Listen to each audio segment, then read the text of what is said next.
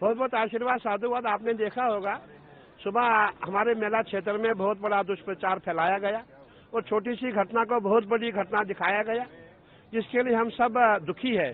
ऐसा नहीं करना चाहिए था। और जब हमें ज्ञात हुआ कि इतनी बड़ी घटना नहीं घटी है, देखे जो अनहोनी होनी थी वो हो गई।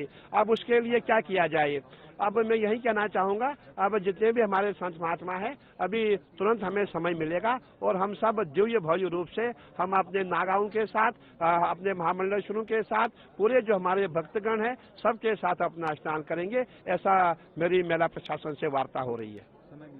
देखिए अभी समय मिलने वाला है और मैं समझता हूँ कि एक बार भीड़ कम हो जाए, भीड़ के कम होते हुए ही हम स्नान के लिए रवाना हो जाएंगे।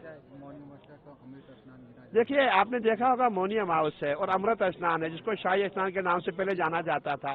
और इस समय माना जाता है कि इस समय जो हमारे जो पितृदोष होता है, और पितृदोष के लिए आज हम पितरों के लिए तर्पण करते हैं, दान करते हैं, पुण्य करते हैं। और जो आज स्नान करता है उसको मोक्ष की प्राप्ति होती है। यश कीर्ति यम यम कामेत कामम, जो जो हम इच्छा करते हैं, जो जो हमें चाहिए उसकी इच्छा करने से हमें पुण्य का फल प्राप्त होता है, ऐसा माना गया है। और जहाँ गंगा यमुना सरस्वती का मिलन है, और आपने देखा होगा यहाँ गंगा यमुना सरस्वती का मिलन है, परंतु आपने महाकुंभ में देखा होगा यहाँ पूर्व पश्चिम उत्तर दक्षिण चारों दिशाओं के जितने भी सनातनी है सभी यहाँ है। हमने देखा पूरे विश्व के सनातनी यहाँ है। हमने ये भी अनुमान लगाया 12 से 15 करोड़ की संख्या में श्रद्धालु प्रयागराज में है। तो इतना बड़ा महाकुंभ है और इसको आयोजन करना इतना आसान नहीं है। इसीलिए मैं समझता हूँ दुर्भाग्य से जो घटना हुई है वो घटित हो गई। अब हमें आगे कार्य करना है, हमें अपना स्नान करना है और हमें ऐसा संदेश देना है,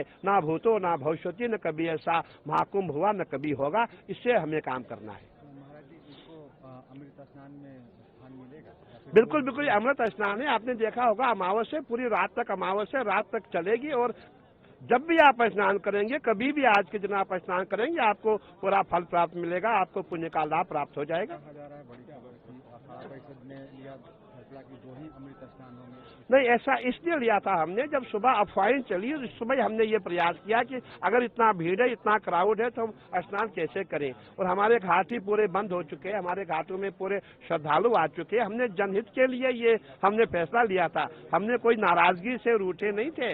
हमने जनहित के लिए, सर्वहित के लिए, संत बड़े परमार्थी शीतल जिनके अंग, तपत भुजाए और की दे दी अपना रंग। हम तो संत है, हम जनहित में काम करते हैं, सर्वहित में काम करते हैं। इसीलिए हमने कहा था अगर इतनी भीड़ है, हम अपना इतना वैभव जुलूस नहीं ले जा सकते, इसलिए हम स्नान नहीं करेंगे। जब मेरी मेला प्रशासन से बात हो गई, जब सच्चाई सामने आ गई कि लोगों ने दुष्प्रचार किया है, इतनी बड़ी घटना नहीं थी जो लोगों ने इसको बनाया गया। आपने देखा होगा जब भी हमारे सनातन के महापर्व होते हैं तब हमें क्या किया जाता है, ट्रेंड किया जाता है, हमें बदनाम किया जाता है, हमें प्रयास किया जाता है कि जैसे जो शत्रु हमारे होते हैं वो कैसे हमें बदनाम करें। और आपने देखा होगा जब हम यहाँ आए थे तब से आज तक पूरे विरोधी हमारे पीछे लगे हैं। कोई कहता है गंगा में पाप धोने गए हैं, कोई कहता है गंगा में स्नान करने से पापी हो जाओगे, कोई कहता है बीमार हो जाओगे, कोई कहता है वक्फ बोर्ड की भूमि है। कहने का तात्पर्य है कि जितने भी लोग हैं, जितने विरोधी है, सब पूरा महाकुंभ को बदनाम करना चाहते हैं।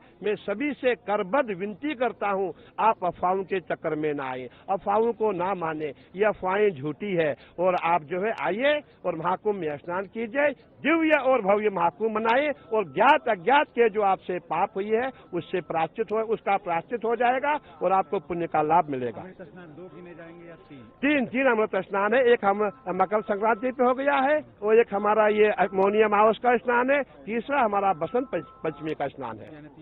तीनों अमृत स्नान पूरे अखाड़े करेंगे, पूरे श्रद्धालु करेंगे, जो भी देश विदेश से यहाँ आए। हर हर महादेव।